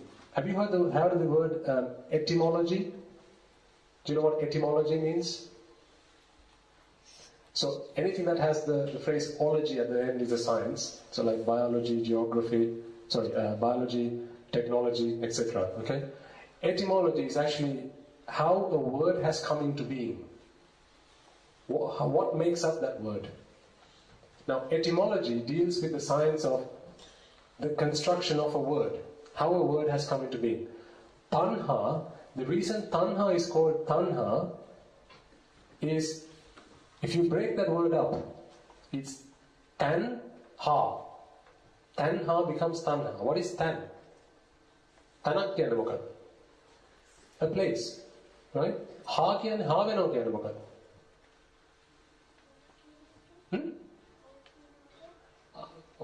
Ha කියන්නේ ඕ කියන අදහසක් තියෙනවද? හා වෙනවා කියන්නේ attach වෙනවා කියන එක. To be attached. So if you are attached to something, that is tanha. What Lord Buddha says is, tanhāya jāyati soko. Tanhāva hinda dukkha ඇති වෙනවා. It's tanha that creates the suffering. So going back to your friends, your best friend, who when they were your best friend and now they're no longer your best friend, it's the same person. You are the same person. What's changed? Your attachment that you had towards that person. So when something bad happened to them while they were your friend, you really didn't like it because of the tanha. But when something good, when something bad happened to them when they were not your friend, you don't care about it. So going back to the point we talked about before, if it's the things around us that make us happy or make us sad, well then every time. And also remember, we talked about how things are cause and effect, how things are all conditions. Okay? So your random number, there was a reason why you came up with that random number. Okay? If you attach yourself to something, but then the conditions for that changes, what happens then? The attachment changes. So, example, say you have a drawing, you've drawn a really nice picture, you've colored it, okay? And this is something you're going to take to an art competition. Okay? So it's next day, you spend a lot of time drawing it, and it's now ready to be taken. You wake up the next morning, and you see your Malli or Nangi, or if you have a small younger brother or sister, they'll come and spill some water on it. How would that make you feel? It would make you feel really sad. Yes. Okay? So that would make you feel really sad. But what is it that caused you to be sad? I mean, think about, what was it that created that picture? All of the conditions that you put in, drawing the circles in a certain way, drawing those lines in a certain way, coloring it in a certain way, all of those conditions gave rise to that picture. Okay? And then you attached yourself to it. Oh, this is my picture, I really, really like it. It looks really nice and I'm going to take it to the competition tomorrow. Okay? Or say the competition got cancelled. Oh, it's not going to happen now. It's going to happen next year. That would make you feel really disappointed. This is what happens. When you attach yourself to something, you've got to get ready to be disappointed. How many of you have cars at home? Or your mother or father owns a car? Okay, majority of you. What do you think is one of the first things they do before they put the car out onto the road? Wash it, okay. There's also something called insurance. Again, hopefully, clearly you've not had the pain of having to go through that, but it's coming, trust me. Okay, you have to get insurance. Why do you get insurance? So insurance is something that covers you in the event that your car is damaged. So what are they doing? They're preparing themselves for when the conditions for the car to be the way it is changes. That's what insurance is. The moment you put the car out, you don't know what might happen. Another car might come and hit you, someone might jump in front of you as you're driving down the street, right? That might damage the car, it might hurt the person. And then you have to pay for it. The reason you take insurance is so you don't have to pay for it, the insurance company pays for it. But you pay the insurance company for that. It's a premium you pay for that, okay? But think about this. Why am I talking about insurance here? It's because we take insurance out for our cars, but we don't take insurance out for our minds. When you set an expectation on something, you are setting yourself up for disappointment. Why? Because things are conditions and effects. It's cause and effect. Everything is cause and effect. When the causes change, the effect changes. But when you attach yourself to whatever that effect is, and the cause has changed in the background, the effect has now changed. And whatever you attached yourself to before, you don't have any longer. And so you're disappointed. But this is the problem. This is what Shastra Mahanse says. When you set yourself up with expectations, ensure you expect disappointment. Take out an insurance policy for your minds. And that insurance policy is the philosophy that Shastra Mahanse taught us. Anicca dukkha anatta. And that is to understand that this is the nature of the world. Because when you expect it, what is it that causes disappointment? What causes disappointment? Exactly, what is that called? Expectations. So disappointment is sorry, say that out loud with it. So when you want something to happen but it doesn't. Did you all hear that? When you want something to happen but it doesn't happen, that's what causes disappointment. As an expectation doesn't realize itself, you have a disappointment. So but what if you expected that to go wrong? What happens then? Are you disappointed? If you expect something to go wrong, and then it goes wrong, well, you're not disappointed because that was the expectation. This is what Shastra Mahanse says. Realize that everything in this world is cause and effect. When the causes change, the effect changes. When your mother is cooking that dal curry, no matter how much she expects that dal curry, if she adds a little bit more salt to it than she normally does, you're probably not going to be able to eat it. She'll serve it to the guests, the guest comes along, they start eating and they spew it out. What is this? She wanted to cook a nice dish that everyone in the family could share, but you can't eat it now because the causes have changed. You added a little bit more salt, a little bit more of this, or a little less of that. Something really simple. You don't need lots to change for the effect to change. A very small change in the cause can change the effect. But when you attach yourself to it, that's where the problem is. But if you understand that as soon as the causes change, the effect changes. Let me give you an example that you will be able to relate to in your lives pretty soon, I imagine. In life, we go through relationships. Okay? So you see your parents in relationships, okay? Your relatives.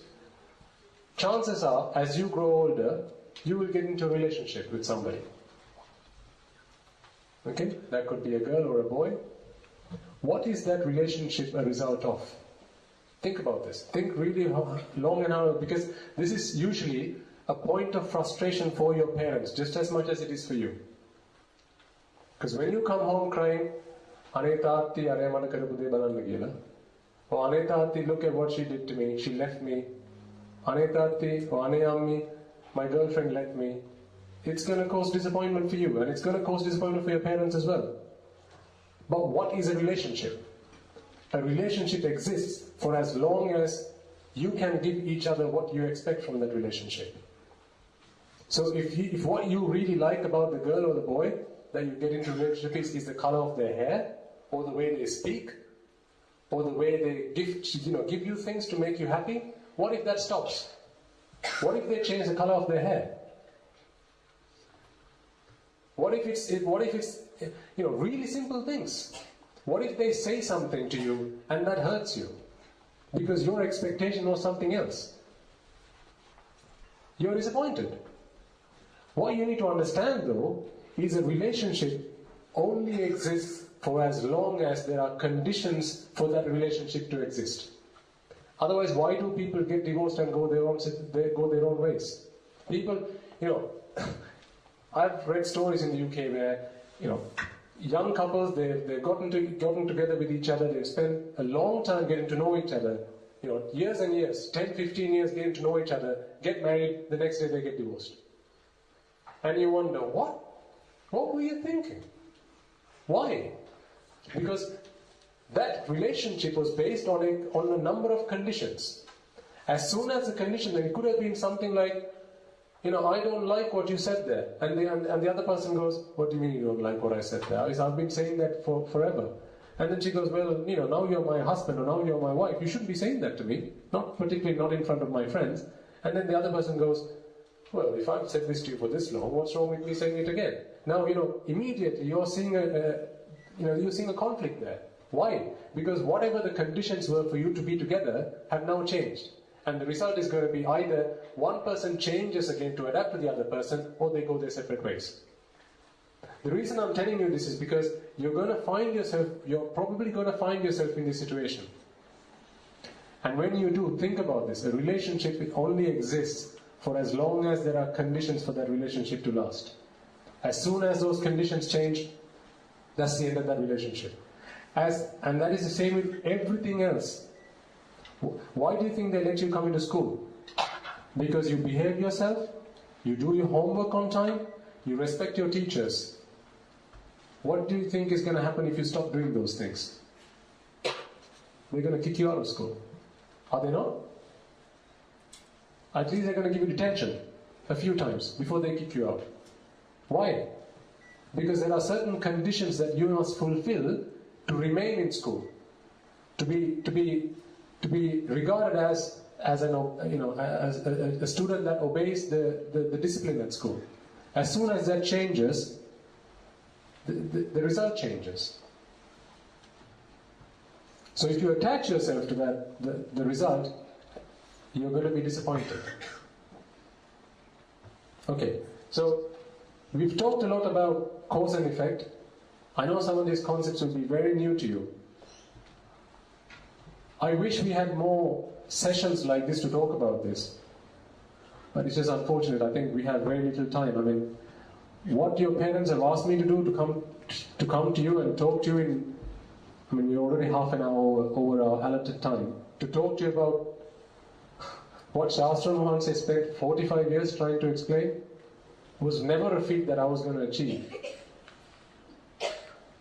Perhaps we might get another opportunity, I don't know. If the conditions are right, the course will happen. The effect will come into play. Okay? But let me pause there for a second and see if you have any questions, because before we move any further, if we have time, it's important to check that you understand what we've talked about so far. Questions? To what extent can the individual change the conditions? That's a very good question. To what extent can the individual change the conditions? An individual can change conditions to a large extent.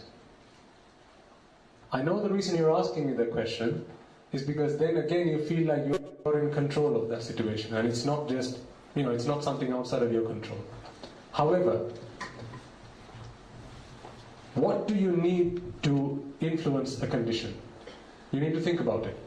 You need to be influenced yourself to make an influence. What is it that influenced you? It could be things, and it could be something someone has said. For example, today could be influential to you. It might influence the way you treat your parents. It might influence the way you conduct your life from today. Potentially, I don't know. Or you might think, what a waste of time that was. Whatever. Remember, I'm not expecting anything in return from you. This was a favor for you. Okay? But it's conditions that cause for you to think in a certain way, which then you go and make an effect on a certain entity, which then gives you a different result. Does that make sense at all? But please, ask me it in a different way if that didn't quite answer the question. Okay.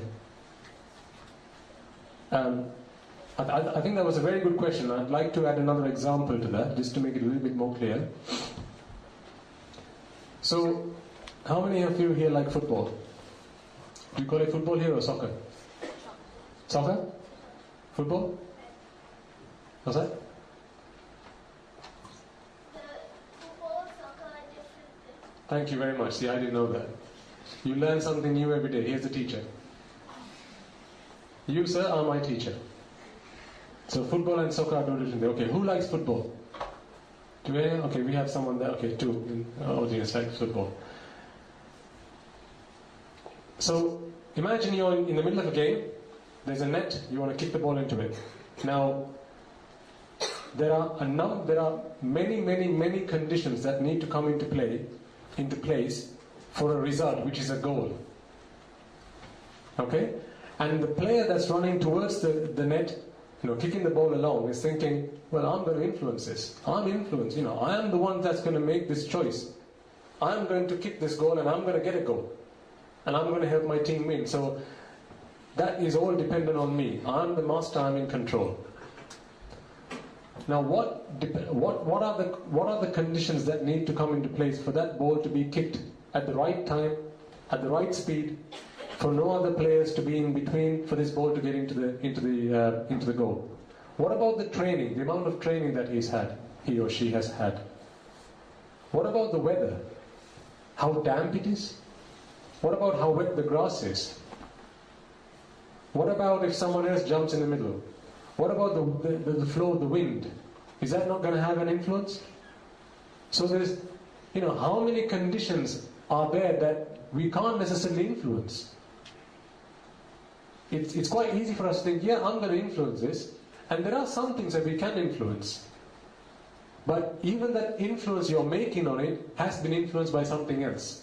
So even you're thinking, actually, I'm going to use this strategy here and not that.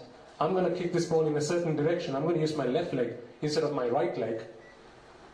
That choice was influenced by something. It could be that, for all the training you've done on the pitch, that's your best leg. So what was that influenced by? How you were laid down in the cot. Whether you were left or right-handed. Again, it keeps going back. Where do you stop this? This is why, if we were to take one thing, just one thing, and say this tissue, why is this tissue a certain way? Why is it crushed in a certain way? And why not another way? You could go back years and years and years talking about why did that happen? Okay, so why did that happen? Why did the other thing happen? You could never end. But this is why I feel I'm helpless. I have no guarantee about my own life. Because my life is conditioned by a number of different things. There are lots of causes that give the result, which is I am alive. But I am alive this moment, the next moment, the next moment. You know how when people talk about death, and they say, කොහොමද දැන් ආච්චිට එහෙම? කොහොමද සීයාට? And you'll hear your parents talk about this, and they'll go, yeah, they're doing well, they're doing all right. Shouldn't you be surprised? What? They're still okay? Or should you be surprised when they say, actually no, my grandmother passed away? Okay. That can't be surprising. Why? How many conditions do you think need to come into play for someone to be alive? How fast your heart beats? How many blood vessels do you think are inside you? Okay? And how many blood vessels do you think need to be clotted? Do you know what a blood clot is? Yeah? How many blood vessels do you think that needs to be clotted before someone dies? Or gets a heart attack? How many heart attacks does one need to go through before they, that's their last one?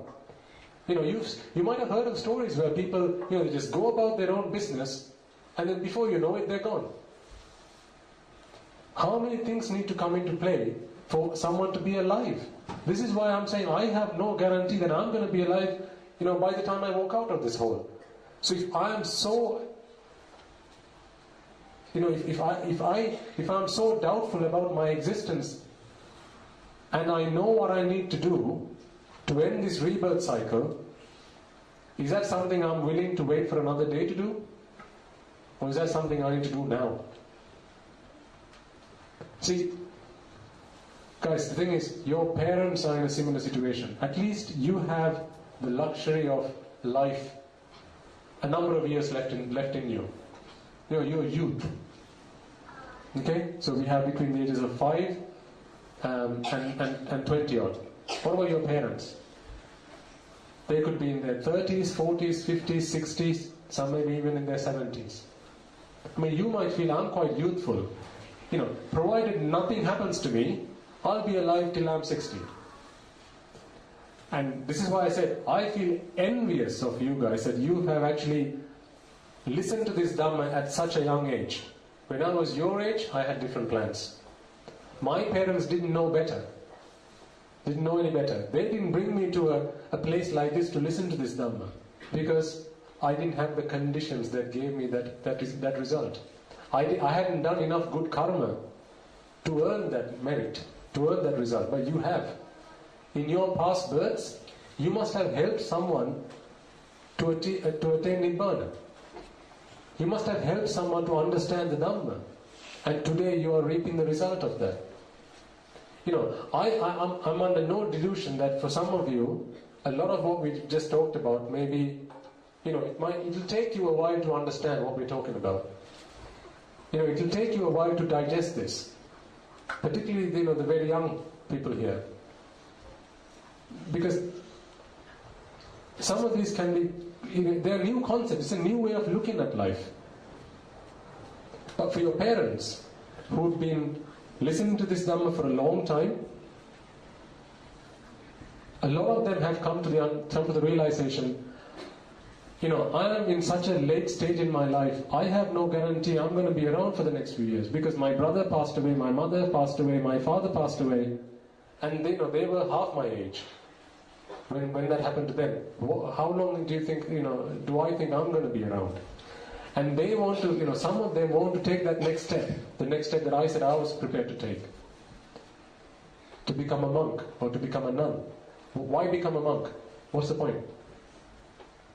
Well, the point is, all the things that we talked about, the things that they have to do today for survival, the things that they have to do to survive, like do a job, earn money, pay bills, drive a car, get car insurance, all of these things that you have to do, you've got no choice.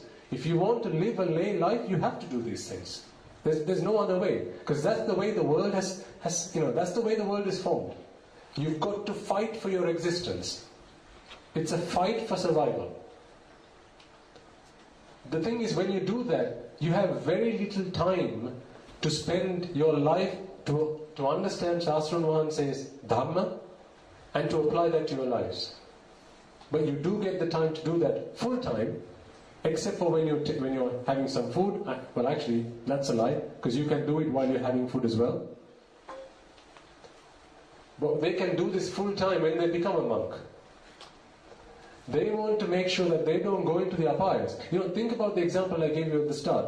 This mother that told me, I am worried. I'm really worried because I killed lots of ants to protect my son when he was a baby. I'm really worried what might happen to me.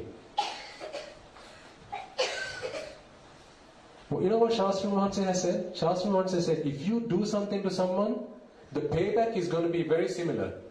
How many mosquitoes have you squashed? You're probably counting. I didn't ask the question, have you squashed a mosquito?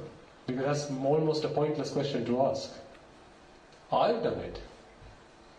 I've killed ants. I've killed mosquitoes. But I know the vipaka for that karma is coming. It's coming. If you squash a mosquito, that's how you are bound to die.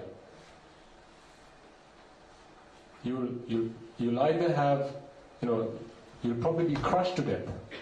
Maybe while you're in a car, a container falls on top of your car as you're driving along, and that crushes you to death. You think that's going to be fun? If you do something to someone, the payback is going to be very similar. But this is the thing, we've all committed sins, and these sins we will have to pay for. And this is why your parents are thinking, well, I've done so much for my children. I've done, all in the hope that it will bring them good and, leave them in a happy place. However, I've committed all these sins and I'm going to suffer for it. Before that happens, I need to stop this rebirth cycle. Because it's only if you go through the rebirth cycle, will you be born again, to then be subject to the vipaka of those karma. So I need to stop this. And to do that, they need the time. They need the time to focus on that. And you need to help them to do that. So whether it's at home, start with little things. You don't have to walk up to them and go, today, Amitati Hari Gila Mahana. You don't have to do that. Start with little things. If you can help do the dishes at home, do that. Tell Ammi and Tati, Ammi, Tati Gila Adonam Banakahadan. Go and listen to them Dhamma, because there's lots of this on YouTube. The Dhamma that we talk about. Ammi Tati, you go and listen to Dhamma, I'll do the dishes for today. Or I'll clean the house today. You go and listen to Dhamma. Or I'll make my own sandwich today to take to school. You go and listen to Dhamma. You do something for yourself. You've spent your entire life doing things for me and my brother or my sister. Now go and do something for yourself. This is the only thing you can give back to your parents. The gift of Dhamma. And if you can't preach the Dhamma, at least allow them the time to go and take the Dhamma from wherever they can and put it into their lives. So try and do that. And one day when you come to a realization, actually, perhaps I need to do the same thing. I don't want to go through the same process, studying, going to school, going to university, finding a job. Trust me, I've done it. And there's no satisfaction to gain out of it. Otherwise, why would I be going away today? I told you, I've got a good job, I've got a home, I've got a car, I've got all the things that you could possibly imagine. That people seek in a good, prosperous, happy life. But that doesn't satisfy me. Because I'm not happy enough just to be happy when things around me make me happy, and be disappointed when the things around me disappoint me. I'm not going to settle for that. I want to be happy no matter what happens around me. And that I can only get through Shastra Nuhanse. If I practice the Dhamma, apply what I have learned, understand this concept of anicca, which is everything is a cause and effect. When the causes change, the effect changes.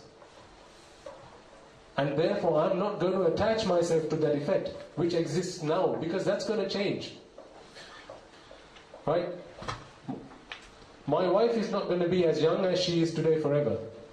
She's not as pretty as she was when I got married to her. Which is the truth. She probably doesn't find me as attractive as when we got married. Today, she and I, we both decided to go into the monastery to become a monk and a nun. Why? Because we've realized, we've come to the understanding, we spend a life, our parents have gone through this before us, our grandparents before us, and go back any number of generations as you want. And now, go and speak to your parents, ask them, Ammi Tati, you spent all your life trying to make yourself happy, trying to make us happy. Are you happy today? Are you satisfied today? And ask see what answer you get back from them. If they tell you, yes, Pute, yeah, I'm really happy. Nothing ever disappoints me. I'm perfectly fine. Then do as they say. If, however, they tell you, I have done all this so far, I'm tired, I'm exhausted, and yet even tomorrow I need to go to work. Why? Because I still have to pay a mortgage, I still have to do this, I still have to do that, I have my parents to look after, I have to do this, that and the other, and I'm still not happy about it, I'm still disappointed, and I'm still not quite content with life. Then ask them the question, do you want me to go through the same thing? And come to your age and then come to that realization? Or do you want me to try something different? Then they'll help you come to an answer. And if that answer is yes, Due Pute, what you understood today, we weren't able to understand until we are the age we are today. You've been so fortunate to understand what you understand now at such a young age. We want to help you to find a different way, a different path, to find a happiness that is forever lasting, that is not dependent on the things that happen around you. Then let them make that change in your lives, and you help them in return by doing the things that I said. Take on some of the things at home. Allow them the time, because that's the one thing that they don't have. They don't have the time because they've spent their entire lives on you. Then they still do. Every moment that they're awake, they spend on you. So give them some time back. Do the things that you can at home. Release them from some of those duties and responsibilities. If not the duties, at least the responsibilities. Help each other out. That's the biggest gift that you can give them. It's not looking after them when they're old. Certainly do that. But there is something you can do for them right now. Help them do that. Any other questions? Yes, with it. When you're talking about the apaya, if you kill an animal, you turn to it and you feel the pain.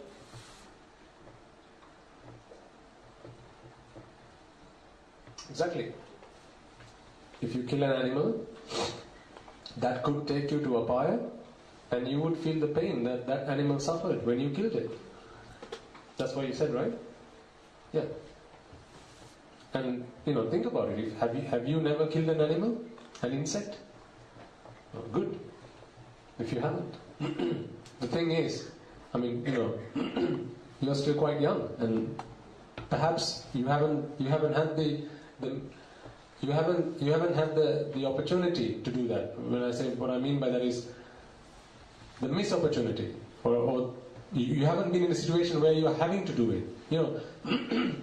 Say if you were sat somewhere and your mother or your father sees a snake approaching you, do you think they'll just let the snake come and attack you?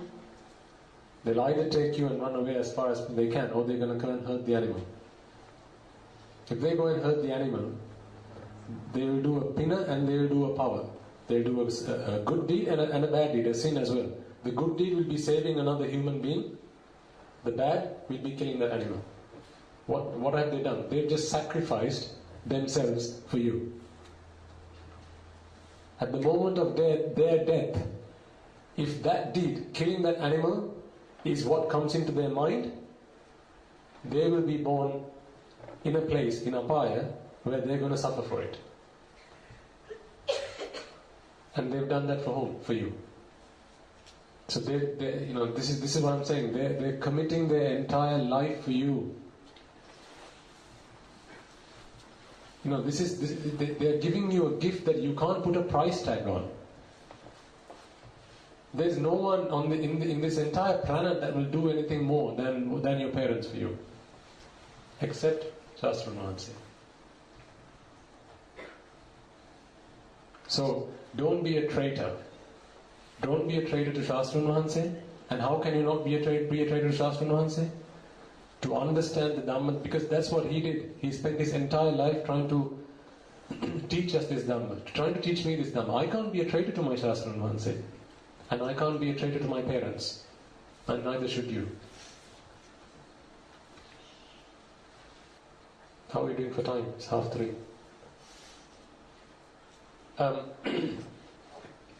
So I think at the start I mentioned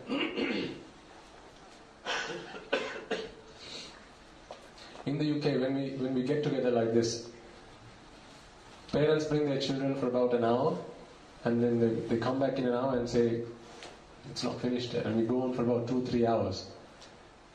It's because how can I try and explain to you something so profound in such a short time? It's just completely undoable. However, hopefully I've given you something to think about. What I'm going to suggest to you is I've asked you to do a few things. Can you remind me, what are the few things I've asked you to do today? Yes, well done, Dula. On the internet, go and search for Apaya, ask your parents for help and permission, maybe, to do that, and then, watch with them, and then you will have questions. What's happening here? And then they'll explain to you. Okay, do that. Second thing? Helping your parents. Exactly, Bhute. Help your parents. Release them from some of the things that they are doing for you right now. Simple things. Cleaning your bedroom. Making your bed. Why do they have to do that for you? If they're doing so much for you already. They've given their entire life to you. Can you not make your own bed? They're prepared to go to Apaya for you. Can you not make your own bed? Do that for your parents. Wash the dishes if you can. Sweep the house if you can. And when you do that, tell them, Ammi Tati, you'll see them doing the work at home. Ammi Tati, Mangoka Karana. I'll do this. You go and listen to some Dhamma, or you go and do some meditation. Because otherwise, what are they doing for themselves? Nothing. Because their whole life is committed to you. Okay? So that's the second thing. Anything else?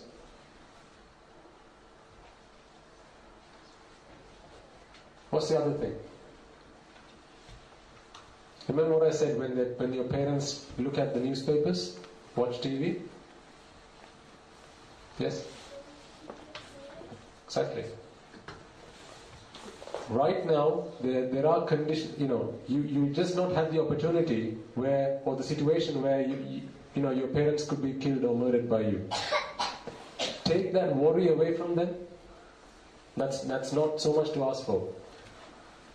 Give your parents the assurance that they're never going to die by your hand. And you can only do that by becoming a Sotapanna. For that, you need to listen to this Dhamma. Now, I know we've only been able to talk very little today. It feels like a few hours, but I've only covered very little. However, in the UK, we get together like this with children your age, and we talk about this Dhamma. What we haven't started to do yet is actually try and, connect with other children from around the world. So we can start doing that on Skype. Okay? So speak to your parents. If they believe that this is of benefit to you and to them as well, ask them, Amitati, can I also join some of those Deshana? And we can come together, we can talk more like this over Skype, and you can listen to it, you can ask your questions, and try and make a difference to your life. Because we don't know when our last breath is. I have no guarantee I'm going to walk out this whole alive. I don't think you have either. But what you have today is a gift.